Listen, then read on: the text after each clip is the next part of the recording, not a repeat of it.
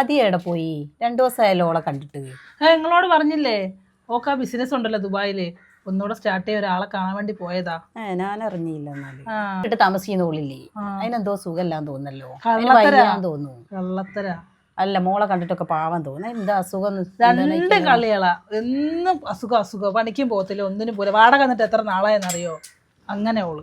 ഈ പോവല്ലേ, ഇരി, കുറച്ച് കഴിഞ്ഞിട്ട് പോവാ. അല്ല ഞാൻ പോട്ടെ, മോനിപ്പോ സ്കൂളിൽ നിന്ന് വരും, അവളും ഇല്ലാത്തല്ലേ, ഞാൻ പിന്നെ വരുന്നുണ്ട്. ഉമ്മ അവിടെ ഒന്നും ഉണ്ടാക്കില്ലല്ലോ, എനിക്ക് വിശക്കുന്നു. ഉമ്മ അവിടെ നിൽക്കിട്ടോ, ഞാൻ ആദ്യത്താത്തനടുത്ത് പോയി ഇപ്പൊ വരാം. നോക്കി പോണട്ടോ മോളെ.